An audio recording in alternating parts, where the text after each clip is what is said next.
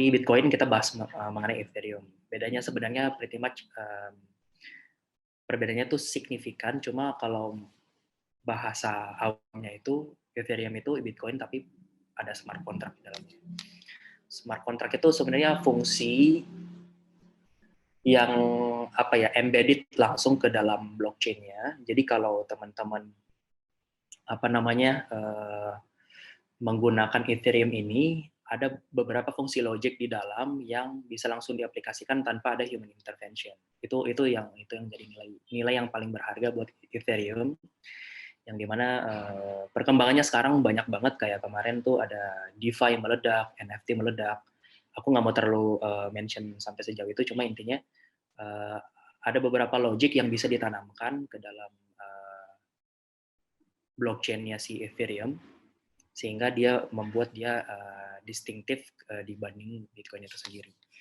Dan ini terkenal karena dia Ethereum hingga detik, padahal umurnya tuh lumayan agak jauh. Jadi kalau kita ngomongin cryptocurrency pertama itu Bitcoin, tapi setelah itu banyak banget koin-koin yang hadir, bahkan sebelum Ethereum. Ethereum tuh melakukan fundraising tuh di tahun 2015.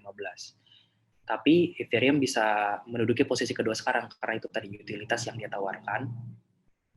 Jadi sebagai salah satu contoh ya, kemarin tuh pada saat 2017 tuh Ethereum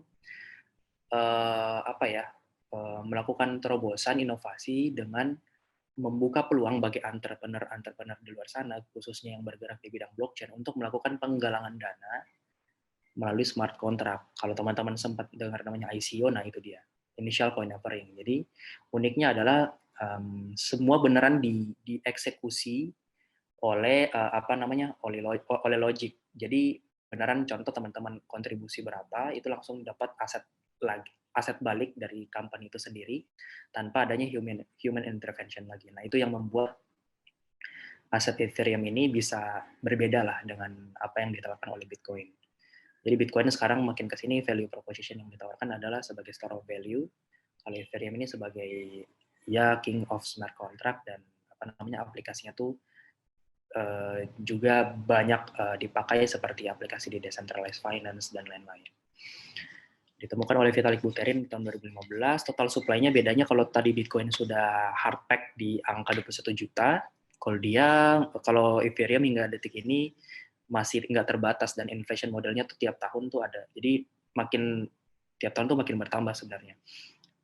Total Ethereum yang beredar sama seperti Bitcoin juga tiap tahun bertambah, tapi at some point future Bitcoin bakal penambahannya itu makin lama makin mengecil. Kalau Ethereum penambahannya mungkin bisa aja stabil, mungkin lebih banyak, dan nggak ada cap-nya. Market cap-nya tuh sekitar kemarin pada saat di 1.800, market cap-nya udah sempat 200 miliar dolar ya. Terus kalau kita bandingkan dengan Bitcoin tadi kan berarti udah sekitar 20%-nya dari Bitcoin. Terus di sini juga aku mau mention ada lagi tipikal digital asset atau cryptocurrency namanya Tether. Ini dia stablecoin ini sebenarnya aset digital yang dibuat untuk meniru sifat-sifat yang dimiliki oleh fiat currency saat ini. Fiat currency itu uang basisnya yang kita percaya sama pemerintah kita sendiri. Contoh, pemerintah Indonesia mengeluarkan rupiah. Rupiah ini kita percaya memiliki nilai karena kita percaya sama pemerintahan kita sendiri, ya kan? Seperti dolar juga. Nah, intinya uang yang diciptakan oleh pemerintah, fiat currency, itu di-pack ke digital asset. Jadi sebenarnya contoh 1 USDT itu setara dengan 1 USD. Kenapa sistematiknya seperti itu? Karena di belakang layar setiap satu kali pembuatan 1 USDT itu harus di-back 1:1 oleh